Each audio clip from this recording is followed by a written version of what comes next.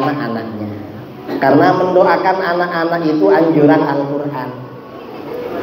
Ingat, karena anak-anak ini bagaikan listrik di sini. Sedangkan sekakelnya ada di rumah orang tua. Kalau sekakelnya di rumahnya mati, ya mati listriknya di sini. Jadi orang tua, walaupun di sini ustadznya, kiainya, servisnya bagus, tapi kalau aliran listriknya mati, gak nyala listriknya. Ibaratnya itu. Kita ini dulu pernah punya ulama besar namanya Imam Ghazali. Imam Ghazali ini ayahnya bukan ulama, orang biasa, tapi ayahnya senang hadir ke majelis-majelis ilmu. Setiap ada ulama mengajar, ada guru mengajar, ada ulama menyampaikan ceramah, diam-diam ayahnya Imam Ghazali ini menangis pada Allah, berdoa pada Allah, ya Allah, anak saya jadikan seperti ini. Setiap ada orang alim berdoa pada Allah, anak saya ya Allah mudah-mudahan seperti ini. Karena setiap ada orang alim anaknya didoakan seperti itu. Imam Ghazali menjadi salah satu ulama besar pada waktu itu yang tidak ada tandingannya. Sampai-sampai Imam Ghazali ini menyandang gelar Hujjatul Islam. Dan gak ada ulama lain yang punya gelar seperti beliau. Ulama dulu itu kalau punya gelar itu sungguhan, bukan formalitas. Kalau sekarang ini profesor, doktor, MA atau apa, banyak yang formalitas itu. Kadang ilmunya sudah lupa itu. Kadang nggak beneran. Tapi kalau ulama dulu dipanggil al-faqih, al-muhaddits, al-hafiz, al-mujtahid, al-mutakallim, al-mufassir, al-usuli, an-nazar, itu sungguhan itu kalau ulama dulu. Sekarang ini belum tentu. Ini ulama dulu. Ternyata bagaimana doa orang tua sangat berpengaruh bagi masa depan anak. Karenanya para orang tua, ayah dan ibu jangan pernah berhenti mendoakan bangun tidur doakan anak, selesai sholat doakan anak, sambil bersedekah hadirkan anaknya, di dalam sholat hadirkan anaknya, doakan terus anak kita. Insya Allah nanti jadi orang soleh solehah. Amin Allahumma amin. Masya Allah. Itu ya, di semangat untuk itu insya Allah ya. Santri-santri semangat insya Allah. Semangat insya Allah. Baik, alhamdulillah Darul Hasbi juga masyarakat sekitar sini untuk terus menjaga Allah Subhanahu Wa Taala masih melaksanakan apa yang dilaksanakan ulama-ulama, masih rajin rutin, maulid rutin, yasin rutin, tahlil alhamdulillah juga rutin.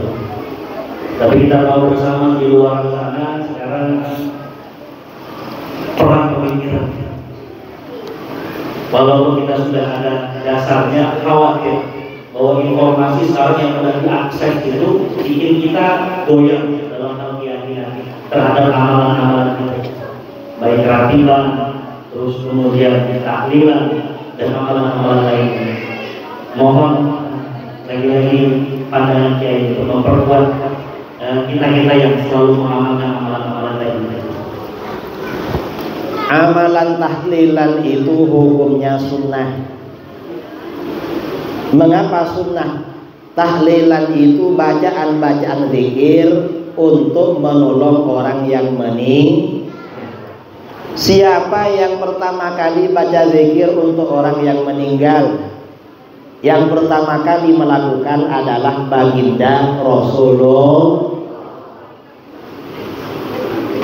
Jadi kita dianjurkan memang tahlilan karena itu amalannya Rasulullah ketika salah seorang sahabat meninggal dunia memang dibacakan begitu. Ya kalau orang Wahabi yang bilang bid'ah, bilang sesat itu gak tahu itu, gak pernah belajar. Coba datang ke sini, sering datang ke sini insya Allah sembuh. Atau sering ikut maulid nanti setannya pergi. Kemudian rotib itu juga dianjurkan karena itu zikir. Maulid ini asalnya bid'ah mubahah, tapi isinya anjuran semua. Dapat pahala. Ya kalau ada orang bilang bid'ah gak boleh, gak benar, ya dia namanya kurang belajar. Dan gak perlu didengar. Dan Wahabi ini saudara, orang di luar Ahlus Sunnah Wahabi, dalam hadis Bukhari kata para ulama itu disebut dengan tanduk setan. Hadis riwayat Imam Bukhari dari Abdullah bin Umar radhiyallahu anhuma. Suatu ketika Rasulullah SAW berdoa ketika banyak para sahabat, Allahumma barik lana fi syamina wa fi yamanina. Ya Allah, berilah keberkahan bagi kami di negeri Syam dan negeri Yaman.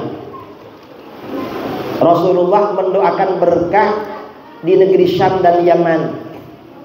Mengapa?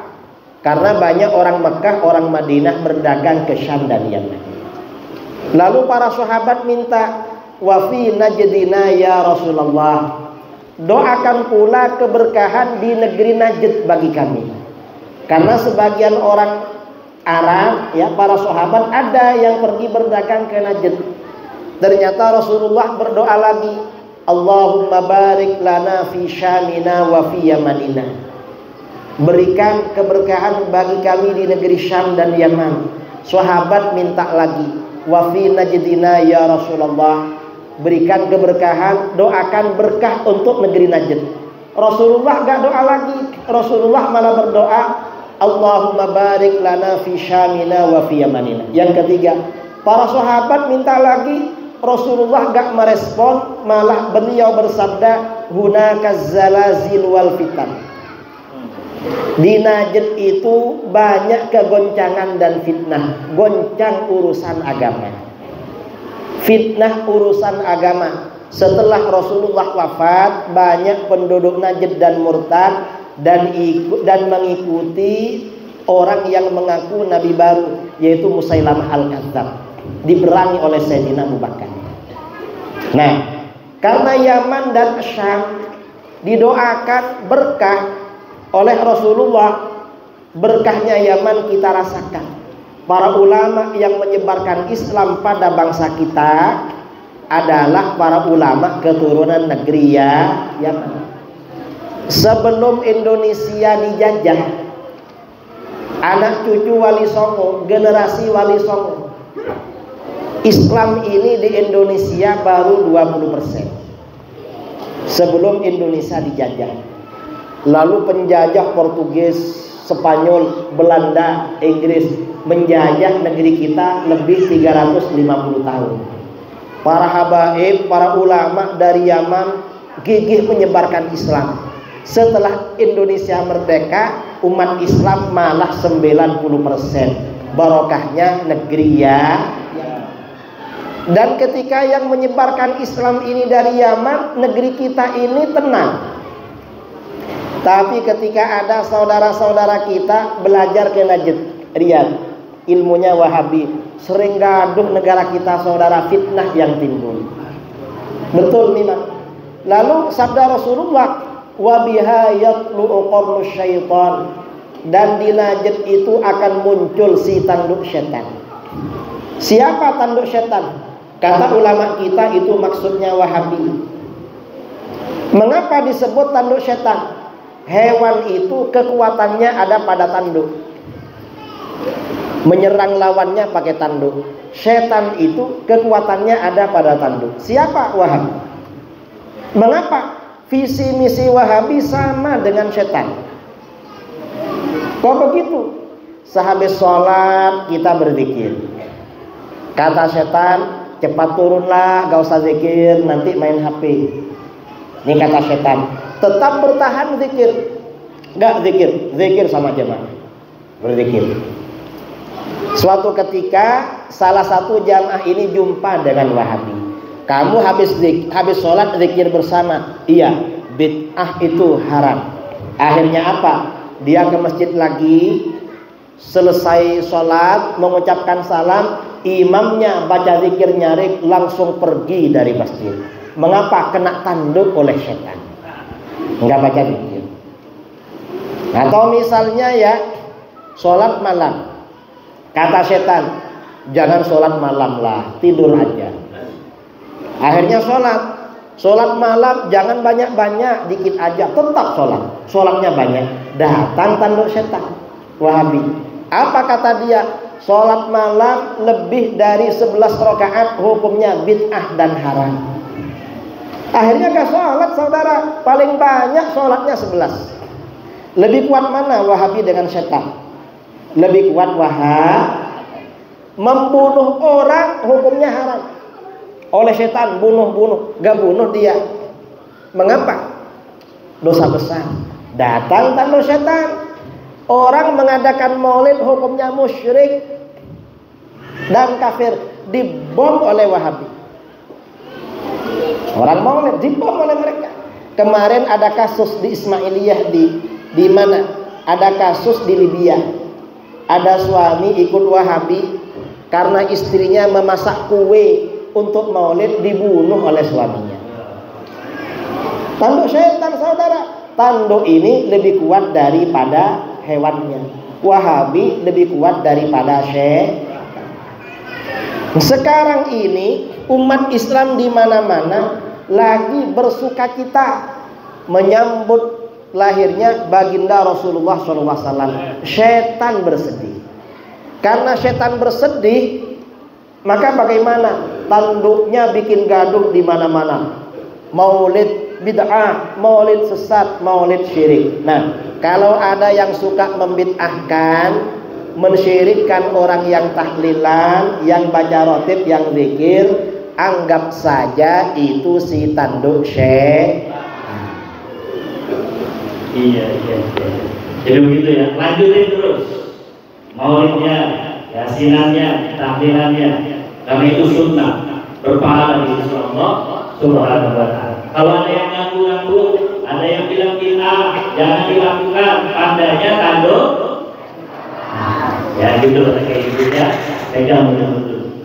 Baik, Kiai mau izin karena waktu kita sempit ini. Betul. Mungkin kita izin 1-2 penanya dari jemaah.